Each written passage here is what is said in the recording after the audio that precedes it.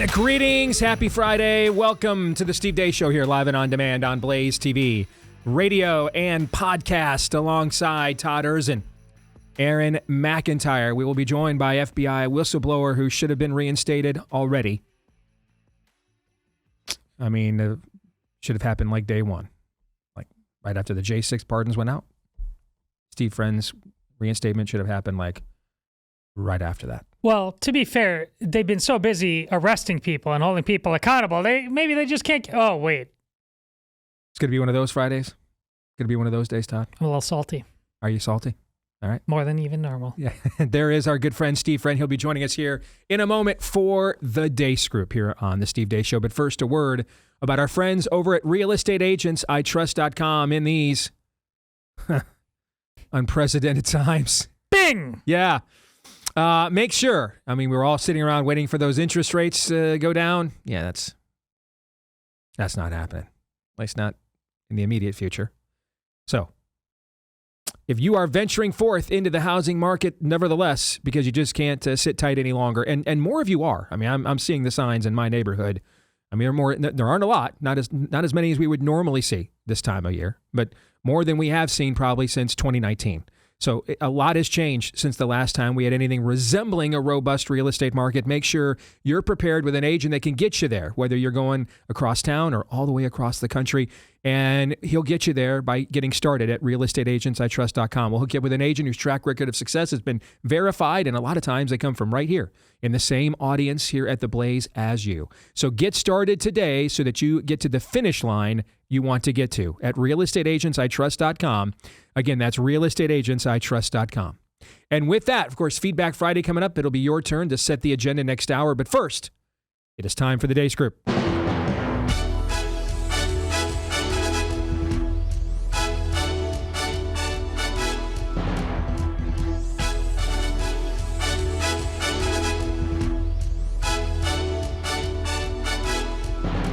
There he is.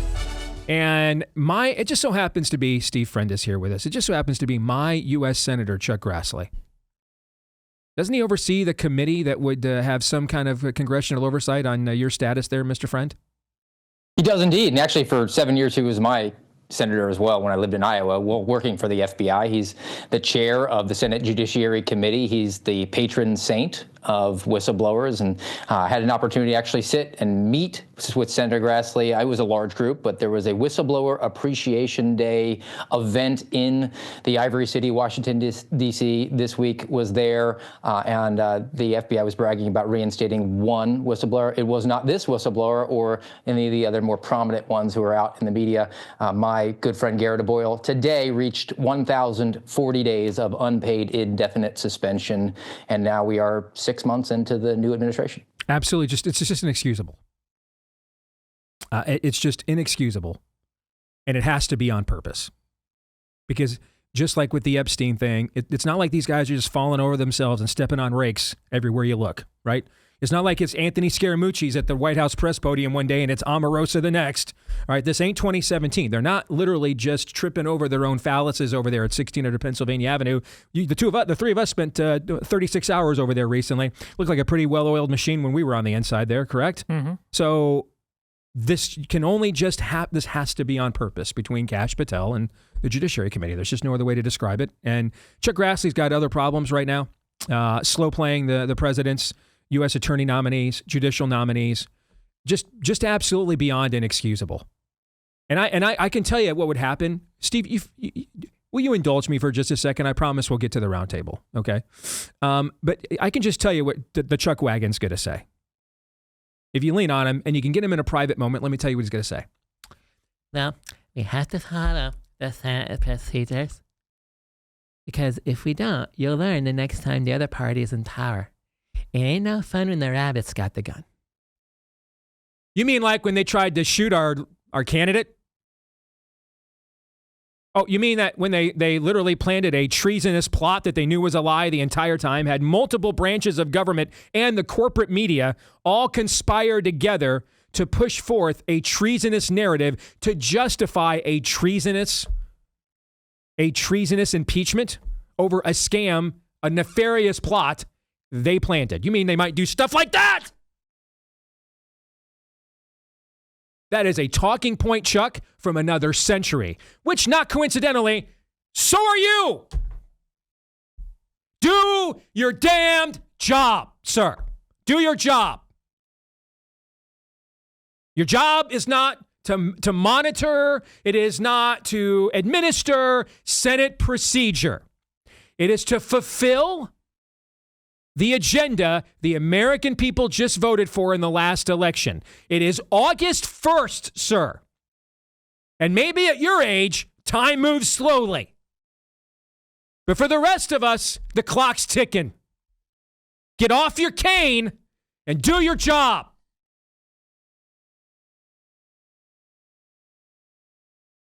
I don't even know where we are. Did we do the intro and everything yet? We did. Yep. All right. Let's get to issue one. Bleep, Lord Nefarious says. Halcyon people, this is all for you.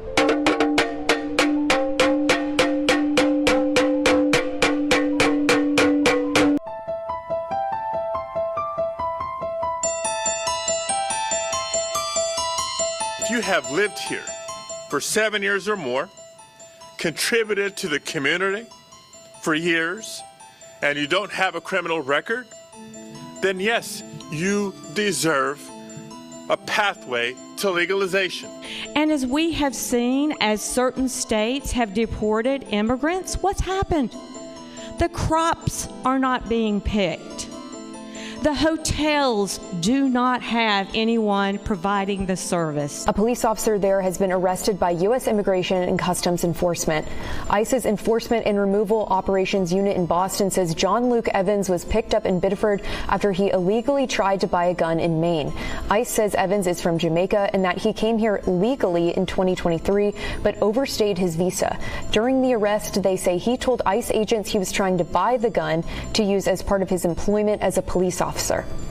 You can see Evans here in a post from the Old Orchard Beach Police Department back in June. Conspiratorially minded people out there like to think that some of the trouble the United States has is because of the what they call the deep state. Right. Okay, and as a former spy, is there a deep state? What do they mean by? A lot of the guys are also like wearing mom jeans and white sneakers on the weekends. Like these are good corn-fed people who just want to help their country. Eating ballpark franks. Eating their hot dogs or doing whatever. And this idea that there's some network of people that are running the world, it doesn't really match reality. Social media and journalism and the role it plays in this incident. And yes, guys, that's you. That is you. They do know what he looks like. Sunglasses, mustache, male, possibly white. Have you seen any change in policing 5 years later since what happened to George Floyd that caused one of the great movements that we've seen in American history?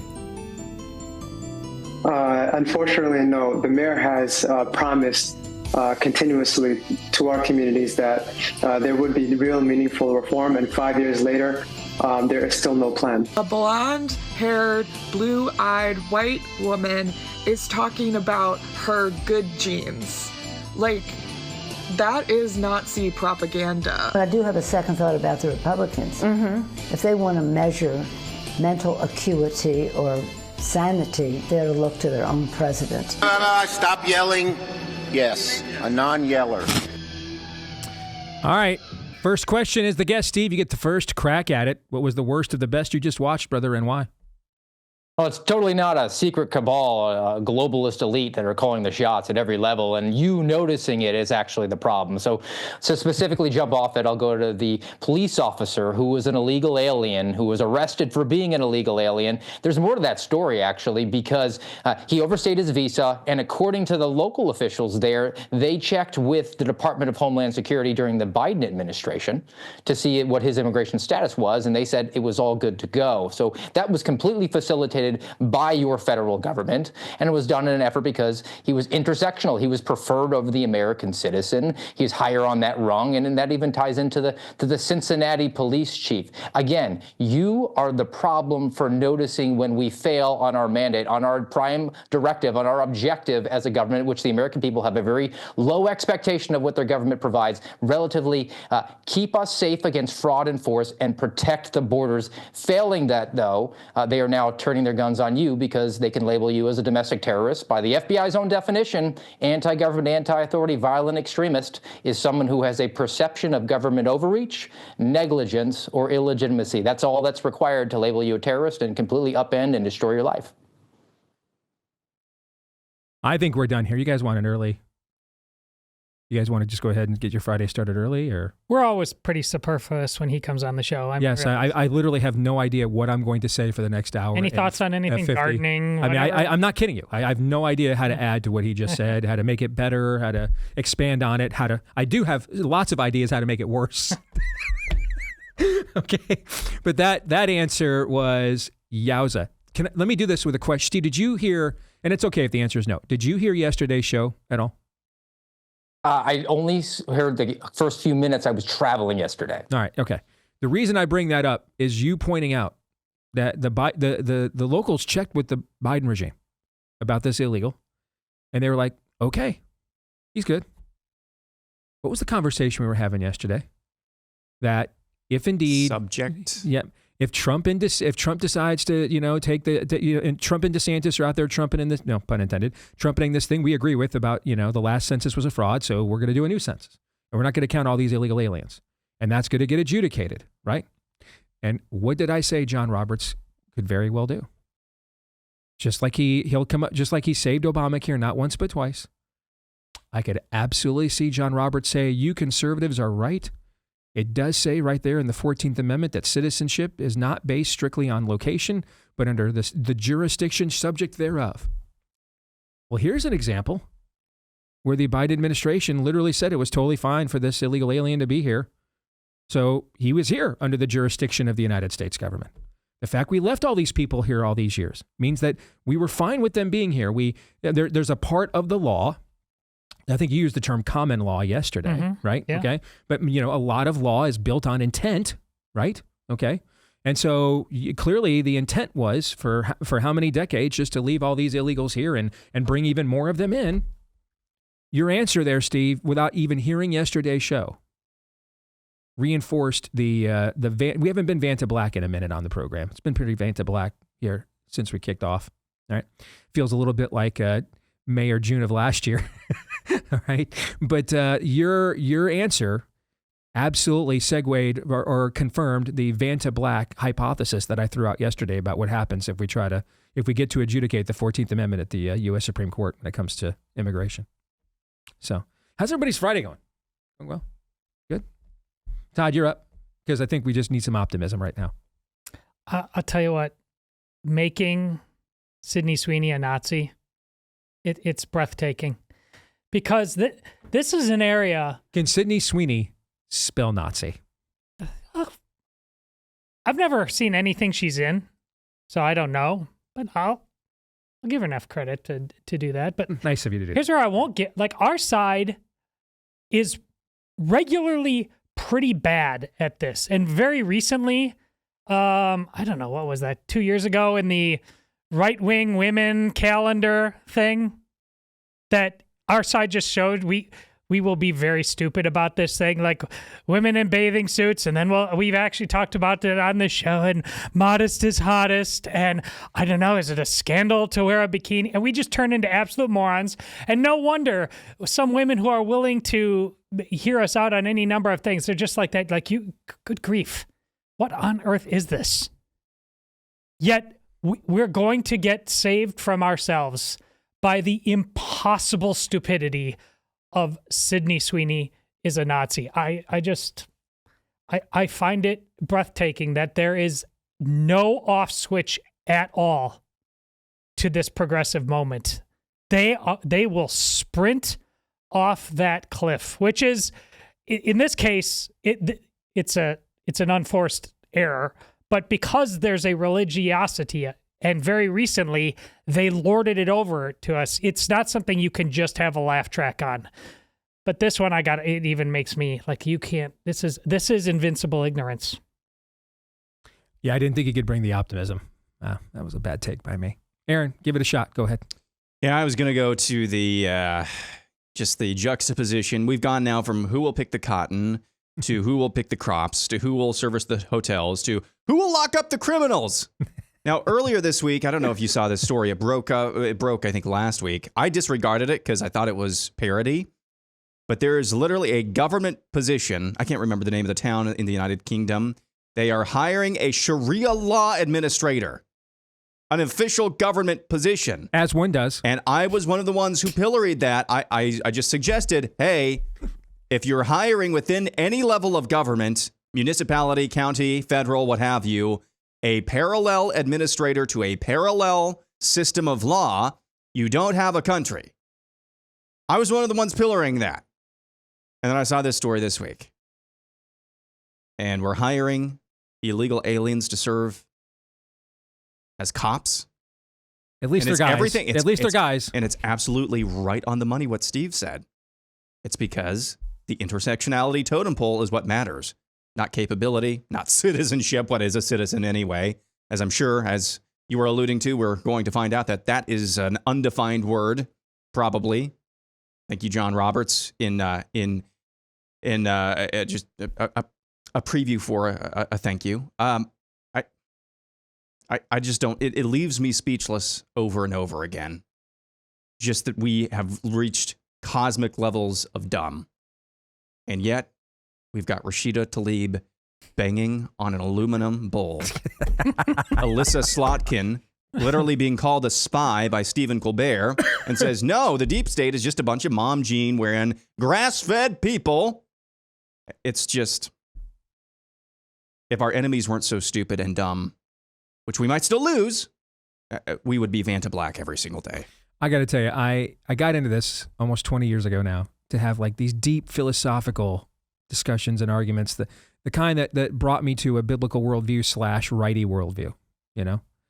And 20 years later, I just find myself all day, whether it's on social media or even in casual conversation, just pronouncing things demonic and demanding mass arrests. That's literally what I just do. That's my commentary. Demonic, arrest these people. I mean, that is, I mean, I promise I know more words than this, okay? But I've been reduced to demonic, arrest them. I mean, that's just, you just come up to a certain level of dumb and evil that you just, and dysfunctional, that just, it's not there to be debated. It's just there to be exposed and then rounded up and removed. And I kind of think that's kind of where we are. And if we're not there, we're getting there fast. So let's get to the exit question. On a scale of 1 to 10, with 1 being the odds, our beloved sister and colleague Jill Savage has to worry about being sexually harassed by one Lindsey Graham. And 10 being the odds that our buddy Steve Friend here does. Brother, watch your 6, Steve. Watch your 6. Thank goodness that Lindsey Graham's not the chairman of the Judiciary Committee. You would have gotten an offer already for reinstatement, brother, if you know what I'm saying. All right. Rank this week's level of total depravity. Todd. 10. Aaron. 10. Steve. My Whistleblower Appreciation Day was held in the Russell Senate office building. True story, Steve. The first office I walked past was from the good South Carolina senators, and I felt parts of my posterior chain clench up to the level that they could turn a lump of coal into a diamond. It's a 10. My man over here was clenching like you were in the last group of the 2001 Masters with Tiger Woods on a Sunday, right? Clenching like it's the putting green. Yeah, there you go. All right, let's get to issue 2. Support your local harpy or hag. Or Shocking whatever. video emerged from Cincinnati over the weekend showing a gang of black individuals beating to a pulp at least 3 white individuals. We still, as of yet, do not know what led up to the barbaric beatdown, but it's hard to imagine what would have justified the video you see. At least 5 have been charged in the brawl, but that's secondary to Cincinnati Police Chief Teresa Theach, who took the opportunity to lecture instead of, inform the public how her department is protecting and serving. Social media and journalism and the role it plays in this incident. And yes, guys, that's you. That is you. Social media, the post that we've seen, does not depict the entire incident. That is one version of what occurred. At times, social media and mainstream media and their commentaries are a misrepresentation of the circumstances surrounding any given event. What that does, that causes us some difficulties in thoroughly investigating the activity. All right, first question, since we discussed this already, Steve, and you are the subject matter expert here in this realm, let's start with you again. How did so many harpies, hags, rise to oversee law enforcement within so many of America's major cities? How did this happen? The 30 by 30 initiative, 30x30. And I wrote about it for The Blaze a number of months ago, did a deep dive into it. It's essentially cultural Marxism that's being imbibed and laundered through this guise of we're going to get to 30% females in law enforcement by the year 2030. And full disclosure, I don't believe that women should be in law enforcement, not because I dislike women, but because I love women and they are more valuable than men. And I don't think that they should be in those situations that I can stand in the gap on. But the 30 by 30 initiative is Marxism that's being sent out into law enforcement agencies around the country, including your federal government. There are now over 200 agencies, including all of the DOJ sub-agencies that have imbibed it. And as a result of that, they're elevating people or even just hiring people under the guise of things like job knowledge tests are discriminatory. I mean, why would you want someone to know about the law to go and enforce the law? That's gotta be, that's idiocracy. Job knowledge tests are racist. Physical fitness standards are discriminatory because they preference upper body strength, ergo they're bad for females. Having dress codes, like keeping your hair high and tight, like I do. It's not safety. You could get your long hair pulled in a fight. That's, again, discriminatory, long nails. And also, they argue that the white culture in law enforcement is something that should be eradicated. Things like belief in the English common law, scientific processes, being on time, working hard to get results. Those are the problems within law enforcement that they are now saying, well, we need to promote and elevate girl bosses because the 30% isn't just the rank and file, it's into leadership. And at the very end of it all, even if you do have a competent, capable female in law enforcement, which is very rare, they are being elevated too fast. They are not getting the time to mature and to get the skill set necessary. They're instead being thrust into these positions of leadership, and it's considered a victory because just being in that position is the victory, not seeing the results, which is why you see a Cincinnati mayor who's a Cincinnati police chief, completely incapable, incompetent, and even if she was a person who was a capable law enforcement personnel, she's not ready for prime time. Gentlemen, what can men do against such reckless dumb? What do you do? What's your reaction to what you just heard from Steve Todd? Well, I mean, let me re-ask that question. What's your reaction to what Steve just said that will not have you charged with a crime? Yeah. Okay. All right. So let's actually minimize it.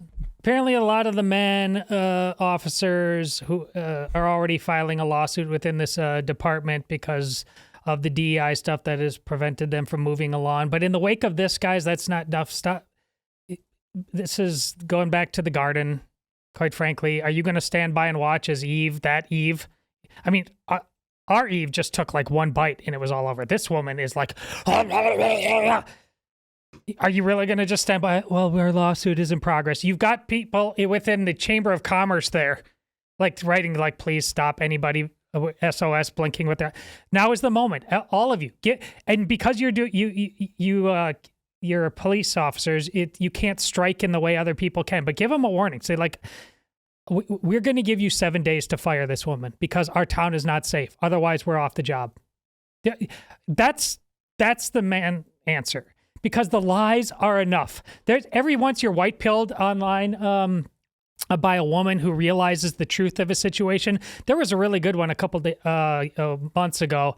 A relatively young woman was talking about her liberal notions of men and women being equal, and I think she said like she had which means she confuses equality with sameness. That's always what that means. And she had a boyfriend who was not a giant of a human physical specimen or something, but she said I was being playful with him and I was actually trying to like physically joust with him or something, and she said I honestly I totally thought like I might be able to take him, and she said the level of power that he showed me, just like I couldn't move, I couldn't do anything. Yep. Yeah, wake up call.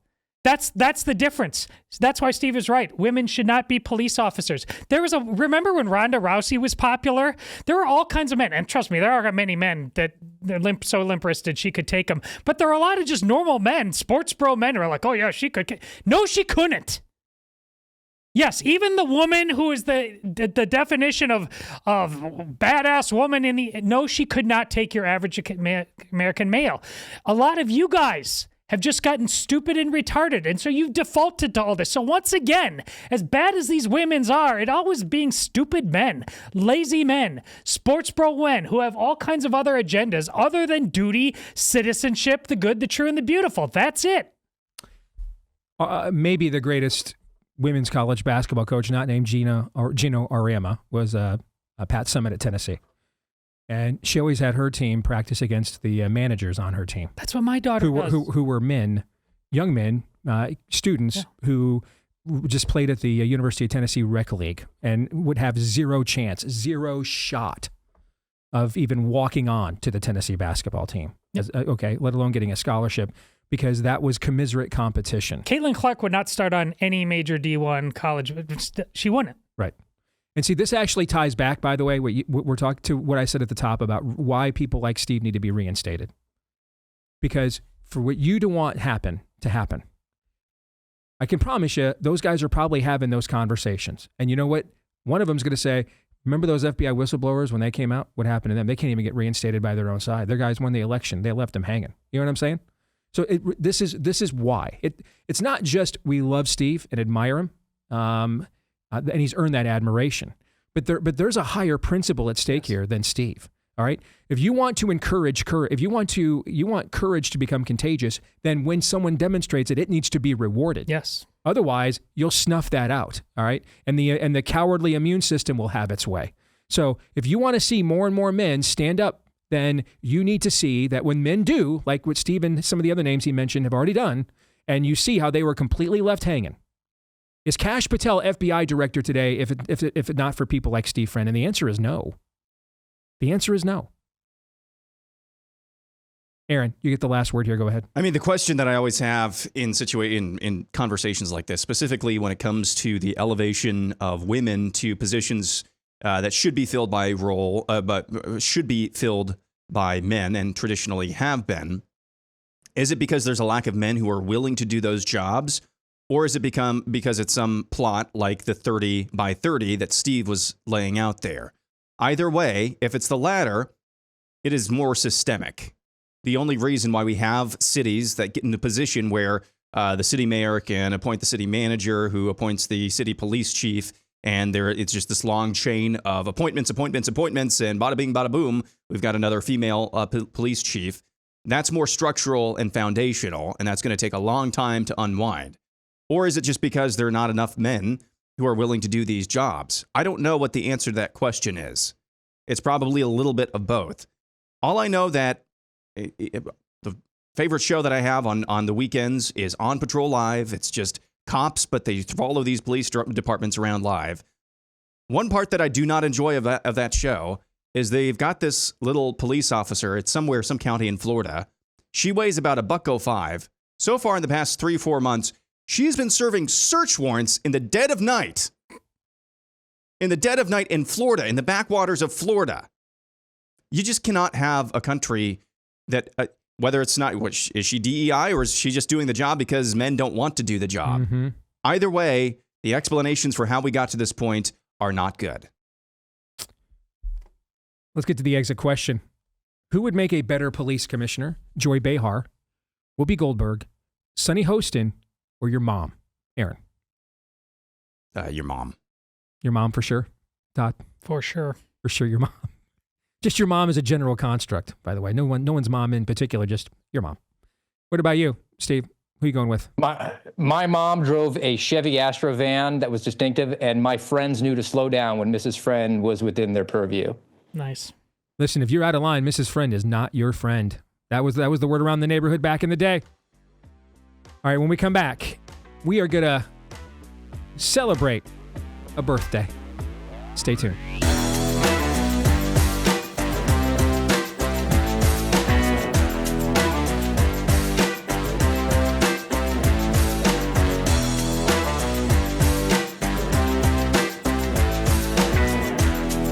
All right, back here on the Steve Deace Show, here on Blaze TV, radio, and podcast. We are continuing on with the Deace Group, along with our good friend who should have already been reinstated as one of the heroic FBI whistleblowers, Steve Friend. And I know, Steve, this was a big day in your household earlier this week. A big birthday. I think people are probably talking about mine, or assuming I'm going to talk about me. And I got to be honest. Solid bet. I can understand why people might assume I was going to talk about me. I mean, it's kind of, I love me some me. So I don't fault you for that. But this time it's not about me, for a change. Issue 3, the FBI turned 117 years old. The year is 1908. The president is Teddy Roosevelt. The Model T had just been introduced. Baseball was starting to become wildly popular, and the federal government decided the Justice Department and Secret Service were overworked. So Attorney General Charles J. Bonaparte created what would later be known as the Federal Bureau of Investigations, with just 34 special agents. Today, the FBI employs more than 37,000 people, a force greater than the population of all but 14 towns in our home state of Iowa. The motto later adopted by the FBI was fidelity, bravery, integrity. Fidelity, faithfulness to a person, cause, or belief. Bravery, courageous behavior or character. Integrity, the quality of being honest and having strong moral principles. This week, we're being told FBI Director Kash Patel discovered burn bags filled with Trump-Russia probe documents in a secret room at the Bureau. So there's that. I mean, how did you guys choose? I got to tell you, for the FBI's birthday this year, you know me, I can indulge when it comes to holidays. All right.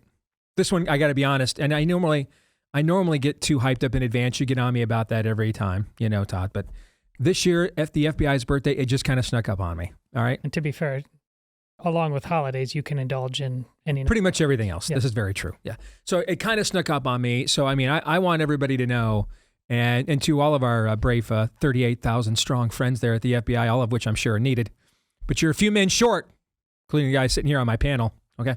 But I want you all to know that, I made up for it, even though your birthday this year snuck up on me. I mean, I celebrated it with all the vigor and enthusiasm and pomp and circumstance by which I celebrate Kwanzaa every single year. Right. So I want our friends at the FBI to know that we did it right over at the Dace household. How about you guys? Everybody else? Let it rip? Turkey or ham at the Erzin household for the FBI birthday? Turkey or ham? Todd, what do you guys do? I celebrated by breaking my back. Yes. All right. In all seriousness, do we need an FBI? Is it needed? What do you think, Todd? I would rarely do this, but this is my level of confidence in our friend Steve Friend. My answer is whatever he says, because I don't know. It seems like here's my problem. As I've told you before, and we used to get in these arguments pre-COVID whenever there was cop overreach, and there is a part of conservative punditry that is like the cops can never do any wrong, and I think that's insane. I think obviously we need police officers. On the other hand, they are the form of government with the sticks and the guns. That's the part, you conservatives. Small government, get out of my life, but never question the cops. That, once again, is not conservative. That's not moral. That's retarded. So I'm in the same position right here. But I honestly don't know the answer. At the federal level, we've added layers of federal national intelligence overseers over the years. So I'm here to say whatever Steve answer goes with me. Aaron, do you have the same answer? Are we just going to defer to Mr. Friend on this? Or do you want to answer yourself? Largely, we'll defer to Steve Friend, but this has everything to do with the broken social compact in this country. In a world where we had an intact social contract, I should say, if I could speak English for 5 seconds, the idea of having an agency that has the power to investigate interstate crimes, the idea here, maybe, but our social compact is broken. And when you look at the history, kind of some of the foundations of the FBI as well, I'm not sure it was necessarily at all times, let's just say, operating in a sense that there was a social contract. All right. So, Steve, we defer to you. Do we need an FBI? No, 100% you do not. And just brief history that you threw out there. The birthday is not, in fact, 117. They're not 117 years old. They lie about their birthday to get legitimacy, to build up their bona fides. Because in 1908, Attorney General Bonaparte, with a one-page memo, that we now fund to $11 to $12 billion, created the Bureau of Investigation. It was an unarmed investigative agency out of the Department of Justice. 1935 is when it became the FBI, and that's sort of evolved now into both criminal and national security mission sets, and they have the guns. Now, look, I've written and spoken about this for a number of years. We don't need an FBI at all, from my perspective, but I know that the boomer right and the Fox News watchers, they're going to back the blue no matter what, so I will acquiesce and build out a alternative feature, and that is take away all of the firearms from the FBI. If they want to celebrate that birthday, return it to an unarmed agency that can conduct lawful investigations. And because they're investigating complex financial crimes that aren't generally violent in nature, they should just contact the subject or the subject's attorney and then ask him to surrender. If, in fact, it has to go to something that is more kinetic, that's more violent, well, then the FBI can rely on the United States Marshal Service, which does have guns, or they should lean heavily onto what they already do now, and that is liaise with local law enforcement, sheriff's offices, police departments, tribal police, state troopers, and deputize them, which they do through the Marshal Service, and they make members of those agencies into what are called task force officers. And then when the decision comes down from high on in the Hoover building, we need to go and arrest the guy who went on a guided tour of the Capitol building for domestic terrorism, the sheriff can say, my people are not going to affect that arrest. It's a small r Republicanization of our law enforcement apparatus, and it would properly incentivize it because the sheriff, his goal is to bring crime down. If he doesn't do that, he will lose his position. Whereas the FBI, with its $11 to $12 billion budget, it gets more funding when it jukes the numbers and increases the number of arrests and cases and terrorism threats, which aren't legitimate, to justify its existence. So it's incentivized perversely to bring the numbers up, which should not be what law enforcement is about. Or we could let them keep their guns, and whether it's J. Edgar Hoover or James Comey, just let them operate as a de facto extension of a political agenda that happens to be the narrative of the person in charge of the Bureau. Potato, Yeah. you know. I mean, tough call. Yeah. I kind of feel like, that GIF, where you have the whiteboard up from Mad Men. Yeah, or we could have just a Stasi. We could just do that, Could do what Steve laid out, or how about an American Stasi? Anybody? No? Okay. Exit question. Give the new leadership at the FBI a letter grade for their first 5 months in office. Aaron, I'll start with you. D-. Todd. That's Vanta Black right there. That is Vanta Black. I'll go on a curve. C. Steve.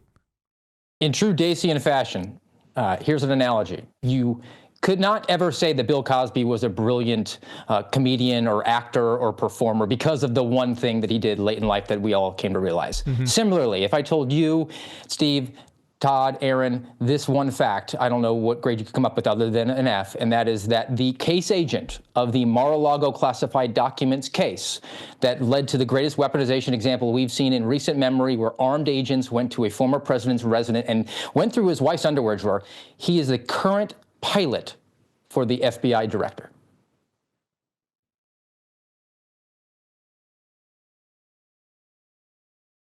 So there's that. Pilot? Like he flies him Gulfstream 550. He flies him around. Pilot.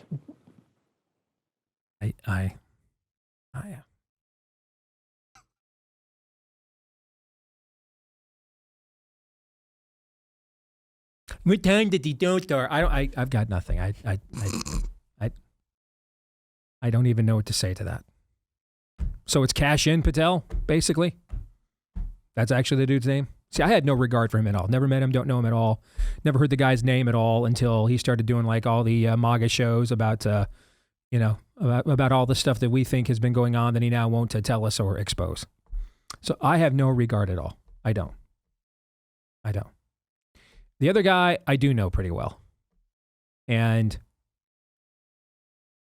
that's the only thing keeping this from being an F. Just giving him a benefit of the doubt. But I'm just going to say to my guy, if you're going to put out a note, you're the deputy director of the FBI, man. You're going to put out a note about all the corruption you're seeing and it's not followed by like any arrest warrants, then what are we doing here? Now, maybe there will be some arrest warrants. So I'm probably going to give Dan until his very last day on the job before I make a call there. Okay?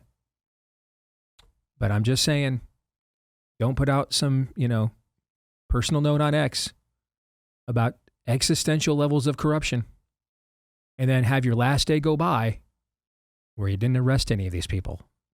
Just a word of caution. Somebody I like and has earned my respect. Fair? Fair. Issue 4. Let's get to our kicker topic here quickly. If you could handpick an FBI director not named Steve Friend, whom would it be and why? Aaron. This is a good one. I think let's just go with DeSantis. Just put him in the Justice Department. Somewhere. Right. Or Pam Bondi can do another Fox News hit tonight. Some of this Mad Men kind of thing. I love that meme. The proposal meme. I love that meme. Or we could just have Pam Bondi take another injection of collagen in the cheeks and show up on Jesse Waters tonight. Anybody? No? That seems like a hella deal to me, but what do I know? I'm in Des Moines. Todd? I think since nothing matters, it clearly should be Rashida Tlaib and her spatula and her tin can. This one's for you, Palestine. Tink, tink, tink, tink, tink. And her spatula. Because that clip made more sense than what Steve Friend just told us about. Steve, might you have a thought on this? A humble suggestion, maybe. I would respectfully submit Daniel Horowitz to be. See, I was going to make the same pick. I had not even a joke. I was going to make the same pick. He might have firing squads return. He has a healthy appreciation for states' rights. Yep. And he'd be the one to stand there and say, that's demonic, arrest him. Yes. Yeah. I mean, the only person right now saying arrest these people more than me is probably Daniel. Okay. So, yes, that would be a good pick. Yes. All right. Let's get to predictions. Aaron, let's get yours out of the way because it's probably going to be bad. Go ahead. AG Bondi will be out by the end of the year. Oh, wow. We should have gone to you first. Don't tease me, bro. I'm trying to be optimistic. It's been rather Vanta Black today. It has been. I'm dangling out here, man. All right. I am dangling. All right. And I'm not sure if I can see a ship in the distance. All right. I'm dangling out here in the open sea. And then you throw me that life preserver just to get me back in. Don't you tease me with that. You better not be trolling me with that. That better be your real prediction. Well, I might be, but it wasn't my intention. All right. Todd, what's your prediction? Is there a normal time of year when presidential medals of freedom are given out? That's a question for you, Steve. Do you know the answer to that? Or can they be awarded at any time of year? I've seen them awarded throughout the calendar year. I think it's at his discretion. Okay. Well, whenever the next one happens, in one of the greatest acts of presidential leadership ever, Donald J. Trump will affix the Presidential Medal of Freedom to Sydney Sweeney's ample bosom. Oh, I like that. Someone emailed me and said that she was in The Handmaid's Tale. That's where I had no idea. I have no idea. I've never seen an episode of that. I mean, I'm a white guy that likes women, so I never watched the show. I had no idea if she's been in that show. Wasn't she the one that was like somebody attempted to cancel her because she like has MAGA family members or something like that? Was that her too? Okay. No idea. Here's the thing.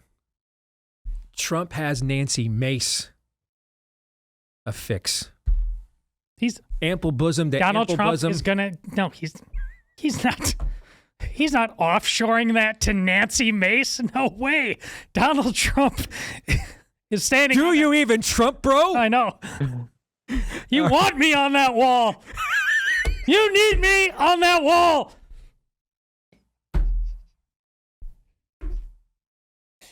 I want me on that wall. I need me on that wall. Mr. Friend, your prediction, go ahead.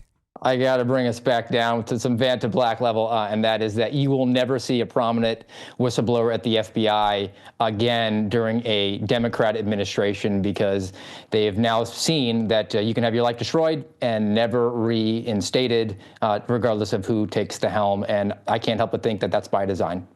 I don't know how I could possibly counter that when the evidence is in front of us. It is really just beyond inexcusable. And hey, I've not served at this level of public service as you guys do, or those who wear the uniform do. So I can't speak to what putting you guys back in, does to morale and unit command. And if you have 38,000 people there and lots of different ideologies and everything else, okay, cohesion, unit, I can't speak to that. At the very least, what did it take just to give you guys a thank you note? Your back pay, and essentially whatever the FBI equivalent is to an honorable discharge, so you can go about your lives and work elsewhere in law enforcement. At the very least, that could have and should have been done day one. At the very least, it is just beyond inexcusable. There is no benign, innocent explanation for it. If you guys over there at the FBI and at the Senate Judiciary Committee, if you know something about these guys, Steve Friend and these others that we don't know, then that the Biden administration didn't bother to prosecute when it had the chance.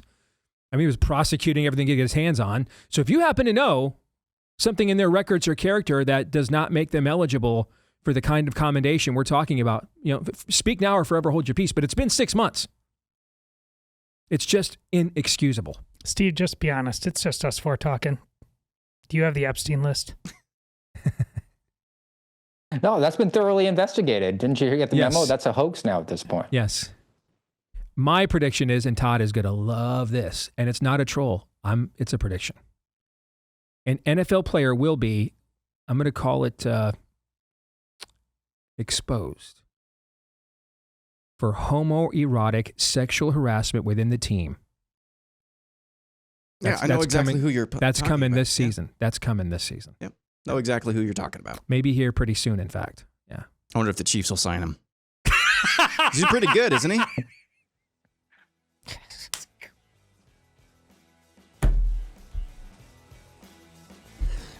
That's great.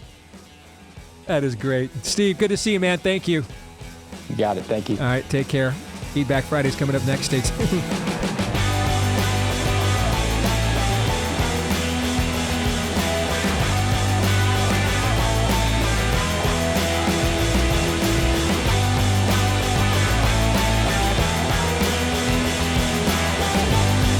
All right, back here with Hour 2, live and on demand on Blaze TV, radio, and podcast with Todd Erzen and Aaron McIntyre. I am Steve Dace, and you can let us know what you think about what we think via thestevedace.com inbox by emailing the show, steve@stevedace.com.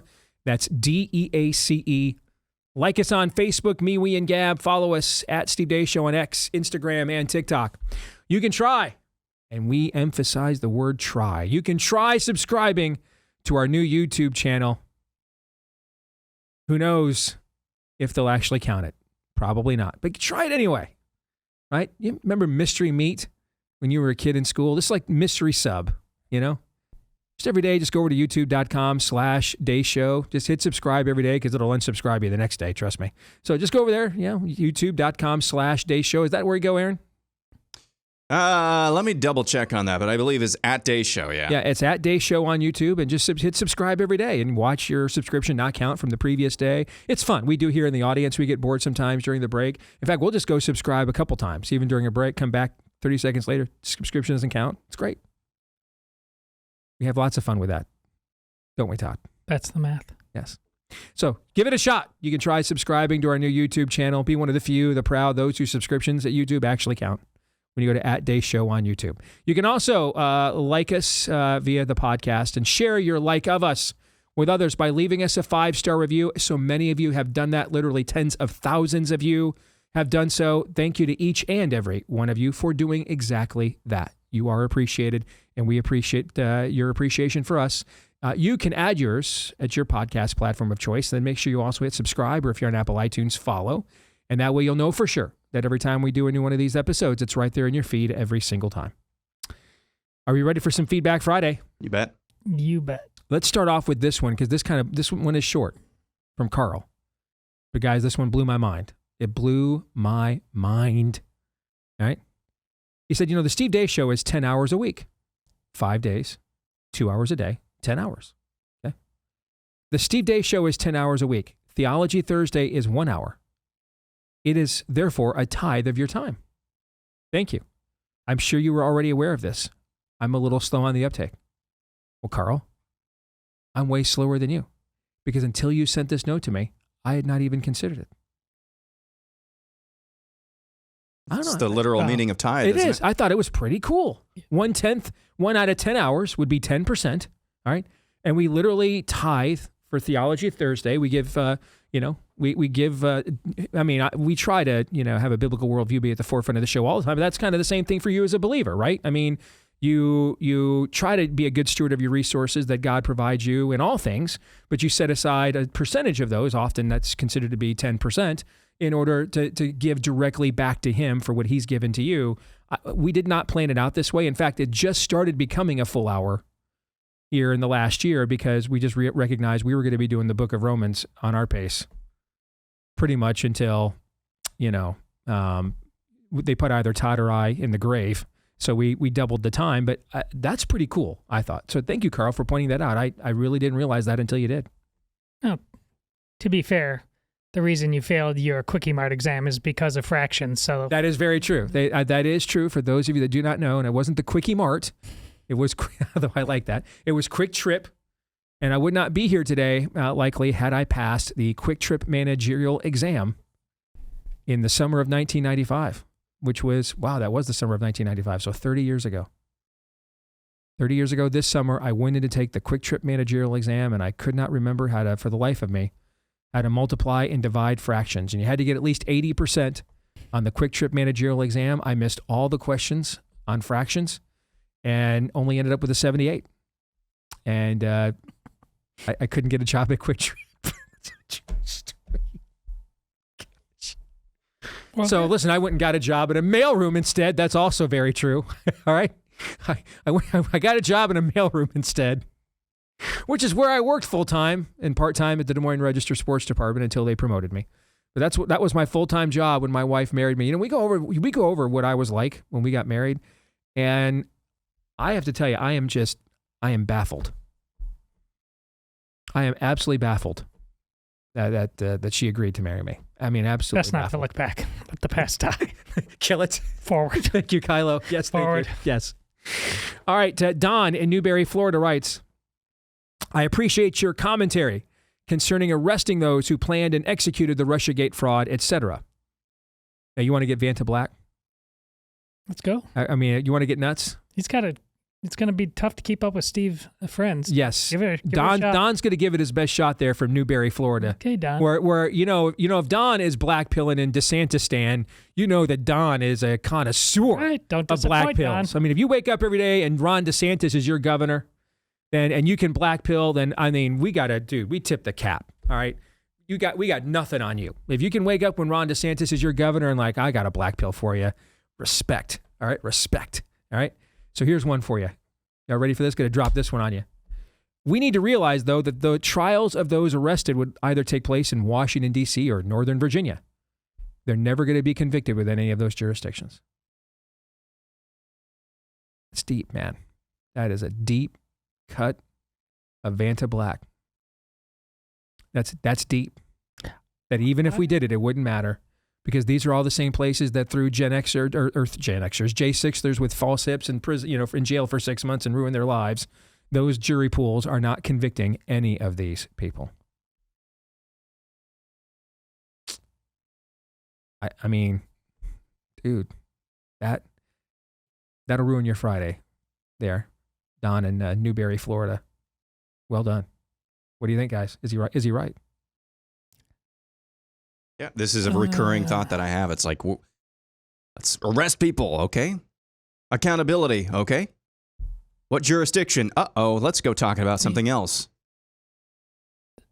The brazenness cuts so both ways. They've been getting away with murder for so long that once it enters back into the arena of actual justice, like what line in the sand was too much smoke? Now, again, I got just right now, I know Sidney Sweeney is a Nazi, so the answer is probably absolutely nothing. But is there something that's just like no one can have any legitimacy whatsoever by going, comment us the wrong way on something so ridiculous? And here's the thing. None of us really know anymore. We are, after COVID, everything our reality is being terraformed, and we just don't know anymore. And that's not good. That's, you can't have a land of we the people based on self-evident truths and not have any idea what's self-evident. It should be self-evident that there's just obvious things that everybody would say, yeah, you're guilty for the good of us all. And even if my side loses temporarily on this long term, any idea I have can't have standing. But we have all kinds of people saying, yeah, you should trans the kids. So I don't know. I don't know where that line is. All right, let me get serious for a second, and that wasn't serious.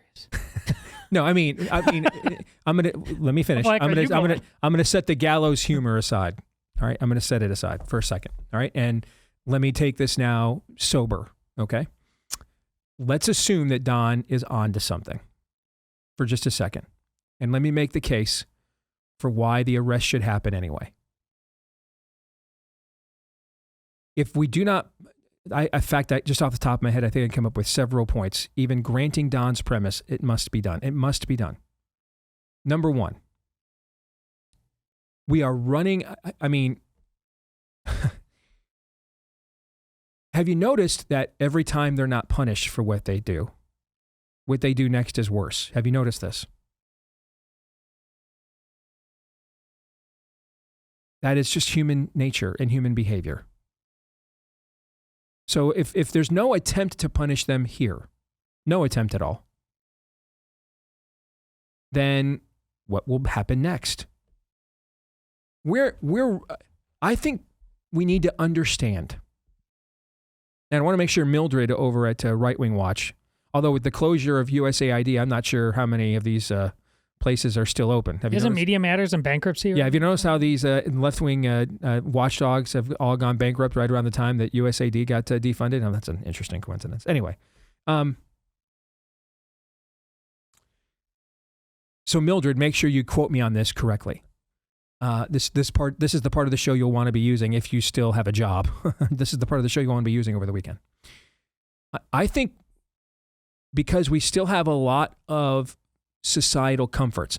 In 1861, now their definition of societal comfort was different from ours. This is pre-industrial revolution, okay? But American life, despite bleeding Kansas, despite the gold rush, despite all these paradigm shifting events in the 1840s and 50s that ultimately led to shots fired to start the Civil War, American life largely continued on unabated and wasn't really disrupted.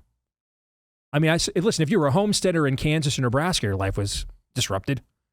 But if you weren't a homesteader, fighting for or against John Brown in bleeding Kansas, was the average American life disrupted in Michigan by bleeding Kansas? No. Was it disrupted in Indiana by bleeding Kansas? Nope. Was it disrupted in Mississippi by bleeding Kansas? No. See my point? And just because the run-up or the ramp-up to a cataclysmic event isn't obvious that a cataclysmic event is forthcoming does not mean that it's not. I've used this, and it's been a few years since I've used this analogy. The 10 northern kingdoms of Israel got up one morning, like any other morning, and they went down to the false temple they weren't permitted to build, and they practiced their pseudo-fake religion that God was not going to ever honor because it wasn't what he called for. And they planted their crops, and they married their daughters, and they had their dowries, and they did the city gate business. They just did it like any other day, except this was not going to be like any other day. The Assyrians are at the city gate, and they'll put bits in all their noses. And those they don't murder, slaughter, rape, and kill, they're going to lead them off back to Chaldea. leave some of their own people behind to mate with the Jewish women that they're going to essentially traffic, and create an entirely new civilization called Samaria. And those 10 tribes are gone, lost to history. They never return. But when they got up in the morning, they just started doing all the same stuff they did the day before, and the day before, and the day before, and the day before. Same thing happens about 140 years later to the Southern Kingdom. They get up the next morning, doing the same stuff they did before. Maybe they went down to the valley of Ben Hinnom, the valley of Tophet, threw their babies in the fire to Molech again like they did last week. Just did the same stuff they were doing, thinking that this just will continue unabated. No one will ever, nothing providential or cataclysmic will stop this from happening. And then Nebuchadnezzar's knocking on the door. Land shark. And you're over. You're just over. And if you felt like something was coming, like if you really could feel like something wicked this way comes, and it's not like God didn't send, things called prophets to warn these peoples, correct? But if you truly felt it in your bones that something wicked this way come, like one of the things Jesus says in the New Testament to the Pharisees, he says, listen, you guys look at the weather forecasts. Like you can see when a certain front comes in that that a storm is coming, or that the weather is going to heat up or cool down. You see the signs in the sky, but you don't see the signs of the times.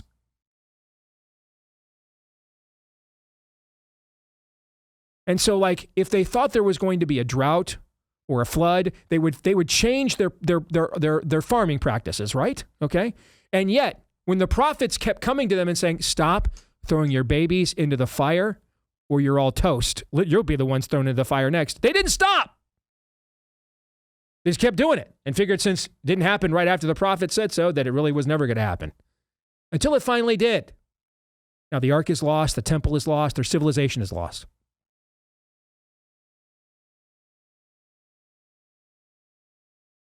Here in America, we got up one morning, early December. And yeah, we knew there was a war going on in Europe, and we knew that the Japanese were ticked off and invading China and all that other stuff. But I mean, dude, you're in Hawaii. What do you got to worry about? You're in paradise. And it's Sunday morning, go to church, kind of do your thing, do what you always do. Then the sirens go off. You see the smoke over yonder. And we have a tendency to think that just because history doesn't operate the way an interstate does. Right? Think of when you're riding in the backseat with your parents. Are we there yet? And you're looking at the signs, wherever the destination is, 300 miles away, 200 miles away, 50 miles away, right? So the buildup of getting to where you wanted to go, you can feel it along the way because the signs are telling you how far away it is. And we think history, because it doesn't operate that way, that therefore, if we don't sense something is imminent, it's not. 3,000 people went to work in the World Trade Center on September 11th, 2001, sensing nothing was imminent, even though these buildings had actually been bombed before. Nothing was imminent. By 10 o'clock Eastern time, some of them were going to choose to leap to their death from 1,000 feet in the air rather than burn alive. Just because we don't sense something is imminent doesn't mean it's not. And with those examples now laid bare, let me apply them to this discussion.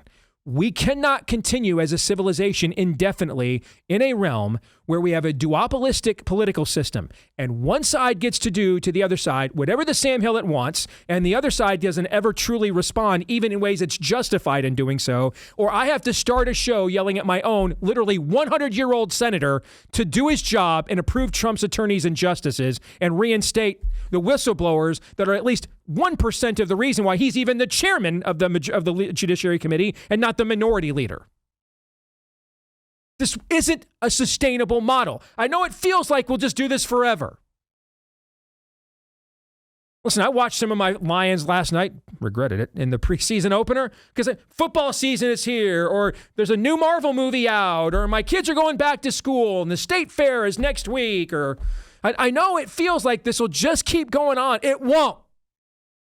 And everybody else, and all the peoples I just mentioned, and all the examples I just cited, they all thought the same thing too. And then the knock at the gate, and the knock at the door, or the knock on the towers happens. And the day they never saw come in, that there was no lead up to, there was no build up to, just happens.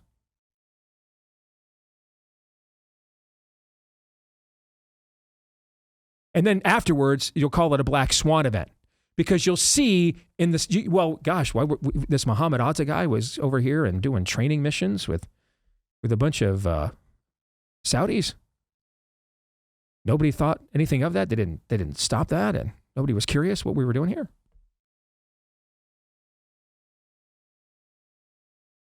Oh, wait, we had a policy. We weren't going to export slavery to the Western territories, and that seemed to keep the peace. At least, we had at least some of the country that was going to be free and some of it that was going to be slave. And then they went back on that compromise and literally all hell broke loose. Bleeding Kansas came after that and everything else. How'd they not see this coming? See, we'll all be experts after the fact. Oh, you can count on it. And we'll all that's what's called a black swan event. We'll all be experts after the fact, act like we should. How do these generations that lived through this never see it coming? All the signs were there. I mean, FDR thought he was just going to go ahead and just completely do a 100% oil embargo against the Japanese empire, and they were just going to sit there and take it indefinitely. He had to know that he was going to corner them to the point that they felt like they had no other choice but to attack us to get to run their own infrastructure.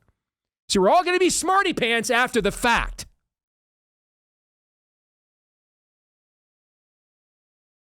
The fact that Don's email is likely correct, I'm telling you, we are closer to midnight than you think.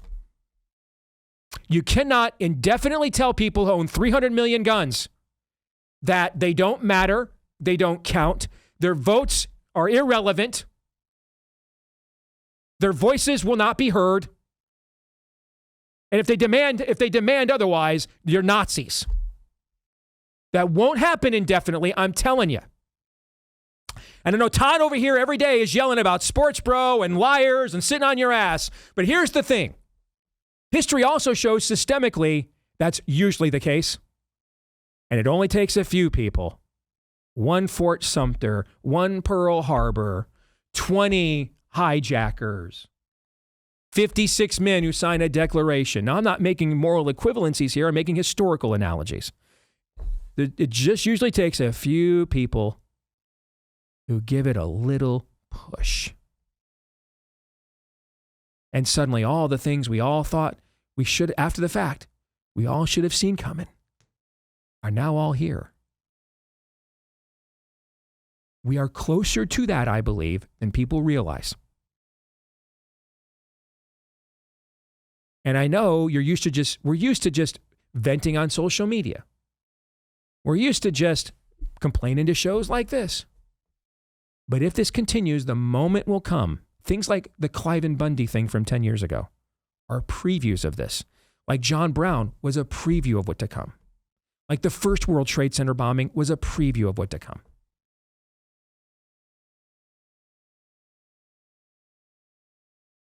This won't sustain itself indefinitely.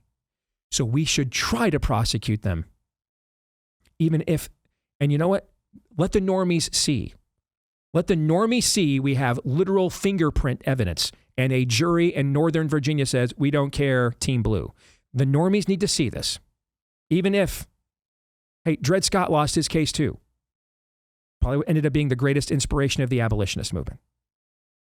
The normies need to see. So you do it anyway. Then you also punish them with the process. Hey, you guys can go out there and have to get the $2,000 an hour retainers and attorneys now.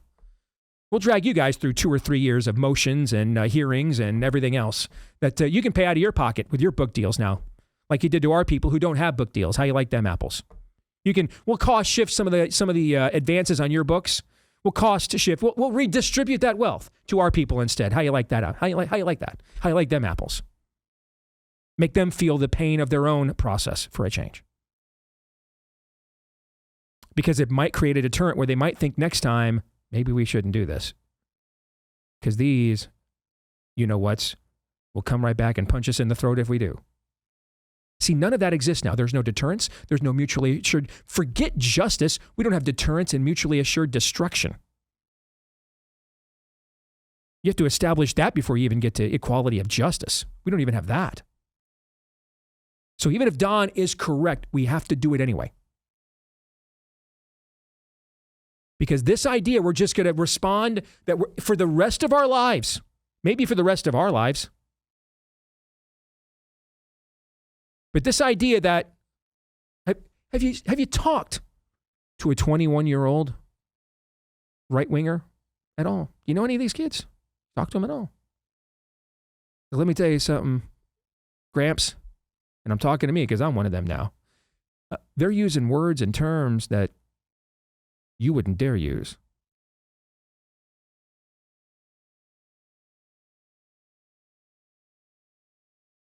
They're being asked to pay 400% more interest on a new car loan than you paid on yours, and a new house, and everything else.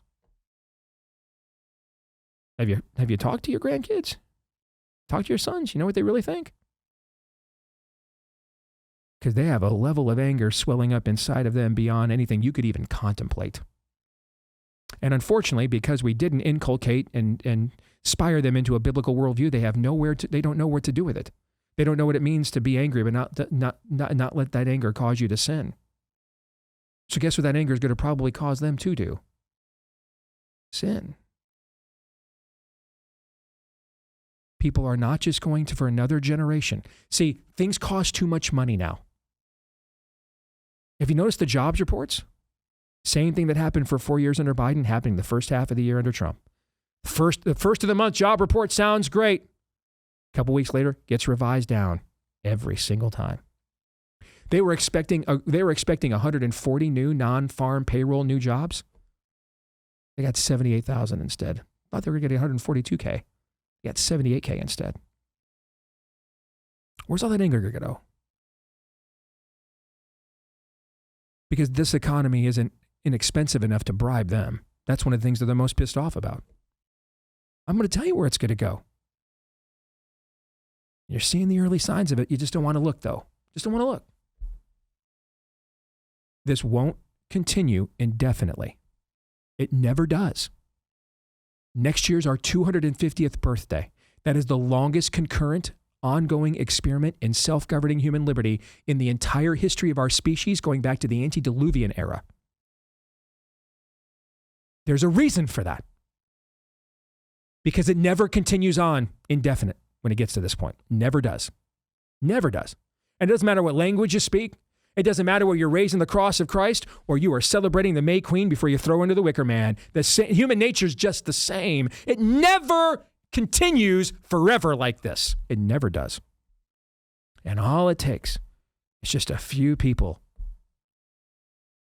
who lose just enough faith that the system will fix it and the physician can heal thyself. And they push the button at places like Pearl Harbor and Fort Sumter and at the World Trade Center. And then we never see it coming until after it's over. Then we Monday morning quarterback and act like we should have seen the signs all along.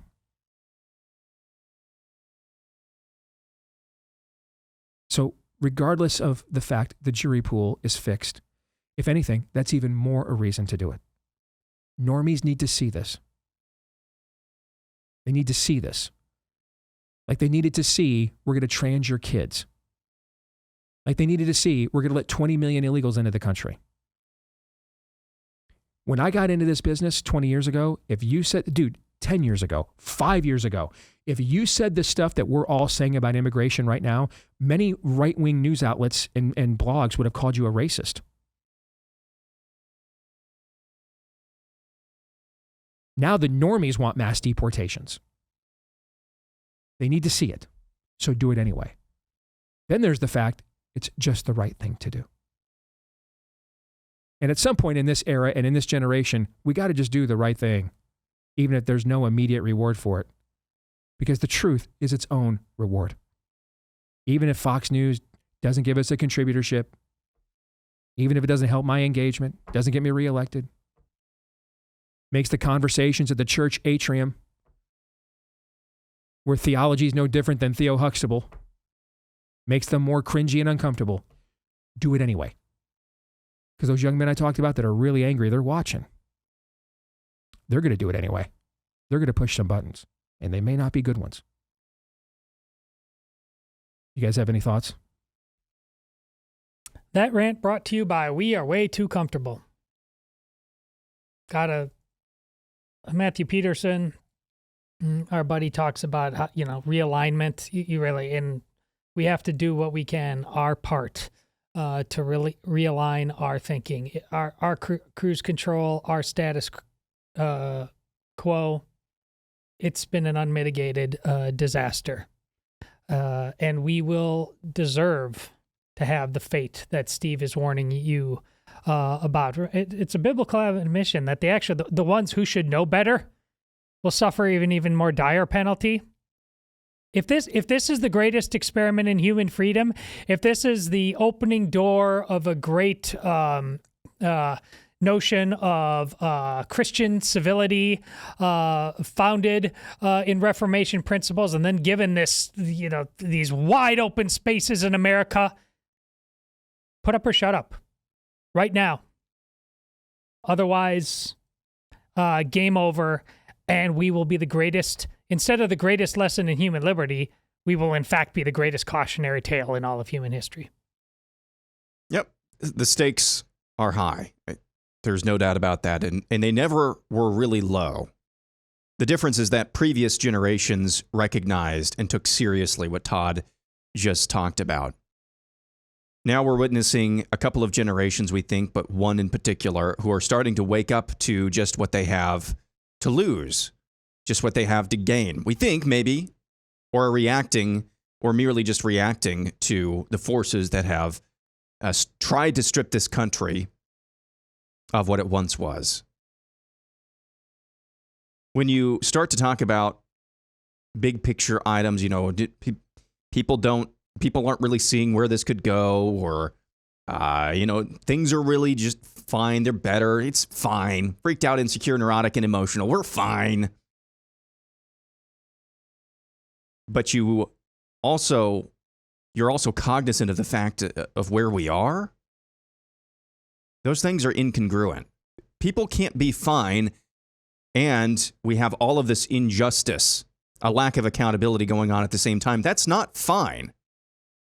And if you try to say that and you try to act any different, you're meddling with forces you don't understand, and it's going to smack you in the face when you least expect it. Preach. More in a moment.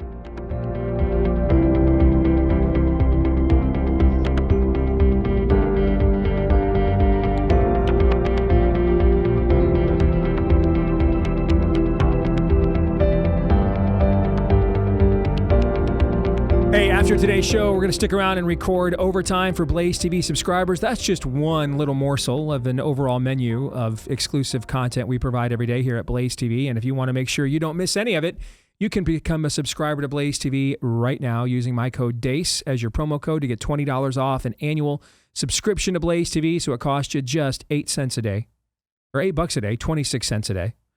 Just go to blazetv.com/Dace. blazetv.com/Dace. Use the promo code DACE to get that discount at blazetv.com/Dace, promo code DACE, for $20 off your annual subscription. Let's continue on with some Feedback Friday. This is from Bob Martin. Steve, have you ever stopped to consider how your pride and arrogance might affect your platform? A, as much as God hates a proud look and arrogant words, I wonder if your auspicious display of both won't cancel out any rewards for the good that you do. And B, I also wonder how many people just turn the dial when you puff up and promote yourself, as you are prone to do. I can hardly stand it. It's not a small thing. It's over the top. And I often just turn the dial. Your show is a love-hate relationship with me. Again, that's from Bob Martin. Bob, I couldn't agree more. No, wait. Is this on? Hello? Oh, gosh. See, here's the thing. I'm fine with these kinds of checks. I pay guys. I have a staff. I have an elder board, by the way, in my company that, I've tried to put as much accountability around me as I possibly can. At the same time, anybody who's able to do this successfully has some level of ego, not to mention, some of the times things are presented, Bob, performative. Okay. I mean, sometimes, Bob, they're not great, Bob. Sometimes they're presented just performative, right? If I stood here and just, thus speaketh the Lord God of hosts. inflation is bad. It is bad that people cannot afford things like they once could. Sam, I am. The interest rates are too high.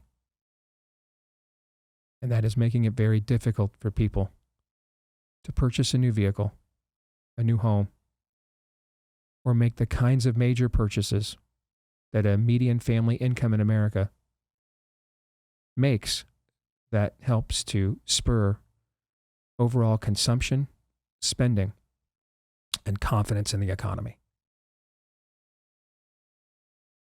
There are too many illegals in the country.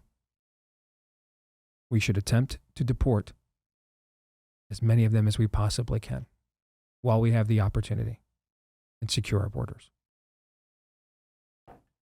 That's great. Show it, Aaron. Yes. Oh, sorry. Didn't even see that. Show it. See, I was checking out too. See, some of this is performative, okay? I mean, this is a show business here, okay? I mean, it's, so I love though when you guys send me these notes, but give me a specific example. Now, one example, and I'll tell you if it was tongue in cheek, and if it's not, then I'll throw it up to the people I put around me to hold me accountable and say, hey, what do you guys think? So the guy that I worked for before you, Steve, one of the first things he told me, and this kind of flies in the face of the way that it's taught in some areas of Christian broadcasting, but he said, Aaron, this is a performance. Mm-hmm. That doesn't mean that you shouldn't be yourself. You absolutely should be. You have to be yourself. But he said this is a performance. When you are doing a pencil pushing job or a desk job somewhere, you are doing a performance. A performance. You have to perform well when it comes to communication. If you're going to do a show, you have to communicate well and in an engaging way. That's just the reality of it. Also, I love the thing about self-promotion. So you wrote a book called Richie Meets the Rainbow, and we're just supposed to expect people and the Amazon algorithm to just present that to people without ever saying anything about it. Just, no, that's not how this works. That's not how any of this works. I think we all agree that who we need to hear from in matters of arrogance and smugness is Todd. Your thoughts? He just gave you a, I don't like your tone. That's all that was. Tone is a luxury. I don't care, Bob. Tone is a luxury. I am Tommy Lee Jones. I didn't shoot my wife. I don't care. Now, here's where Bob is correct about the love-hate relationship. I think I have a love-hate relationship with myself and my own show. So I think that probably speaks for basically everybody that has come into contact with this program at some point, including those who work on it, as a matter of fact. Other than that, thanks for the note, Rob. Yes. Have a nice weekend. Clark. Bill. I don't know. What do you think you're doing with that, honestly? All right, here's a good one. This is out of order, but given the conversation we just had, I have to follow what we just had. I have to follow it up with this. David Burris wants to know which cast member of this show would be easiest to replace with AI. See, I think the answer is very easy. It's me. And that's not any attempt to be self-deprecating whatsoever, but I think it's very easy because much of the creative content, with the exception of Aaron's montage, much of the rest of the creative content that this show is primarily responsible for, I am primarily responsible for in some way, shape, or form. And that AI is coming for that, okay? AI is coming for that, I mean, you can go find, you can have AI like ChatGPT, Grok. They'll write you if you want, hey, you want to be an author? They'll write you a book right now if you know what questions to ask. And you can take that to a vanity publisher, and have it self-published, and you're, suddenly you're an author. That wasn't gonna happen even 3 years ago. So to me, I think it is me. I also am the least mechanically inclined person here. I have like all the skills Mike Rowe is promoting and saying AI, you're safe from AI. I have none of them. Okay? So all the things I am really good at in life, AI is coming for. And pretty much all the things that AI is not coming for, I am not any good at. So with not straight up, not even a morsel of self-deprecation, no tongue-in-cheek at all, I think the answer is me. My only follow-up, does AI Steve Dace have the same coattails as that Steve Dace? Let me bottom line this for you. Is it as arrogant?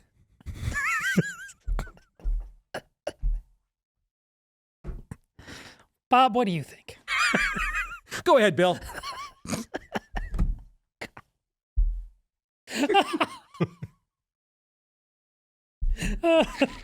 See, that you won't get from AI. All right, AI won't give you that. You Kobayashi Maru'd the hell out That's of right. the thing. That's right. Boy. That's right. Aaron, seriously, you're more tech savvy than we are. You have any thoughts on this? I think we're irreplaceable by AI. Because we can deal with the paradoxical nature of various parts of our faith in a way that AI will never be able to do. That's good. That's good. See, I thought you were going to say because AI cannot sign the front of my check. I thought you were going to say that. And we've had auto pens for a that'll long preach. time now. That will preach right there. That'll preach right there. But you're right. That was a very good answer in terms of the nuances of that are presented and provided by a biblical worldview. And AI is just simply would not be able to articulate that. It could present them, but could it articulate it? Could it advocate? And the answer, at least as far as we've seen thus far, the answer is no. In fact, that lack of nuance is how you end up with "Good morning, Dave." That's how that happens, right? I mean, that's the monkey paw in every story. Skynet, HAL 9000. Okay, every great story. Wall-E, okay? Every great pop culture story of our lifetimes of handing over, outsourcing our humanity to the machines. The reason it always ends poorly is because they lack, in all seriousness, Aaron, you raised such a prophetic point when you just said that. They lack the nuance that comes only from those of us being made in the likeness and image of God. Essentially, they're smarter animals, brilliant, higher forms of animals. They still lack the cognitive capability, which is where nuance comes from.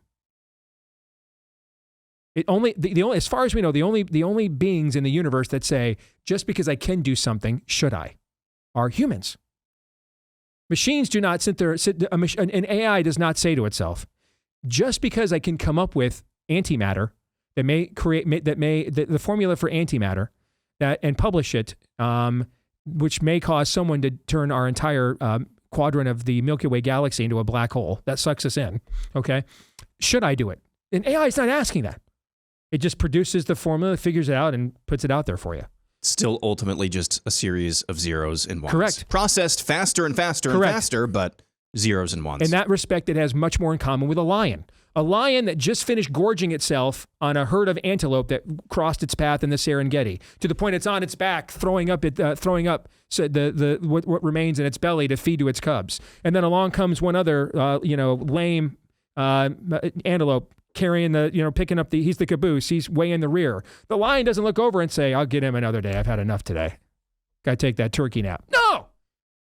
The lion leaps to its feet out of craven instinct and goes and attacks the damaged and limp and lame antelope and eats it too. It's just, see, the AI has more in common with that. The only beings, as far as we know, made in the likeness and image of God in all of this creation is us, or our. Is it us or is us? Is us. All right? We're the only ones. And with that comes the nuance capabilities that Aaron just articulated, and that is found in nothing else. We cannot make nuanced things. We're not God. We can't impute a soul into an entity. And that's where that nuance comes from. That's where that likeness and image of God comes from. And that's why every time we outsource our humanity or give up on it, it's a nice way of saying we give up on it. Anytime we outsource our humanity or give up on it to a machine, in any of these famous stories we all know, it goes poorly. It's not because the machine is higher evolved, but because it is not. It's not. And it can't. The machine isn't limitless. We are. We will live forever. As Lewis once said, you've never met a non-immortal being in all your life, and you never will. We're all living forever somewhere, heaven or hell. Except Todd and his people have this weird belief that you're going to have to do some laps on the Sin Master first and then go. But we'll debate that another day. It's the Perfection Master. It's the Perfection. It's not the Sin Master. This is... My goodness. That was fake news. Actually. Fake heretical news. That is the greatest actually in the history of this show. That is the greatest actually. Dude, honestly.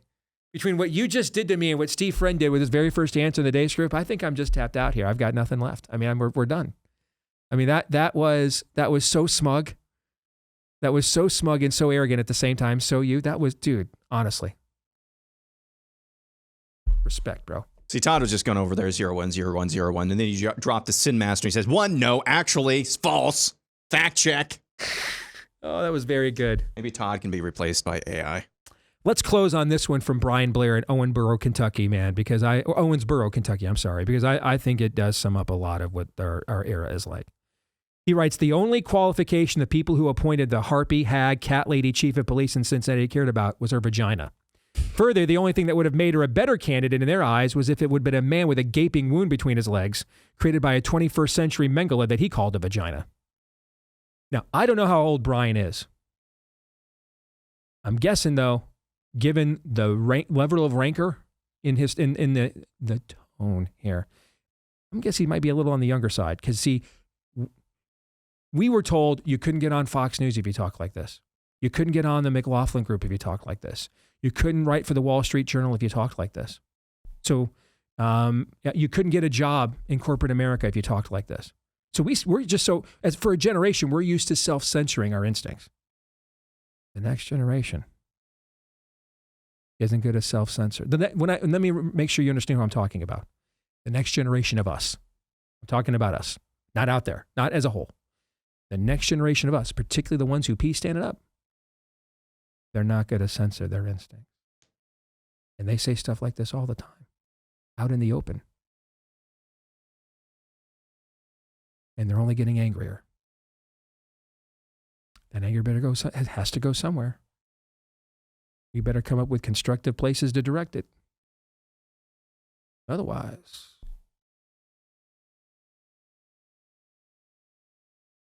history books are written about things like that. Final thoughts, gentlemen? What do you think? I just hope AI gets wheatgrass right. That's for those of you that watched yesterday's overtime. Yes. I'm looking up this story so I can get this right. Steve, you need to avoid South Carolina, it looks like. Check out this headline. Have you seen this? No. Radioactive wasp nest. Get out. Found at site where U.S. once made nuclear bombs. Here's the story. Workers at a site in South Carolina that once made key parts for nuclear bombs in the United States have found a radioactive wasp nest, but officials said there's no danger to anyone.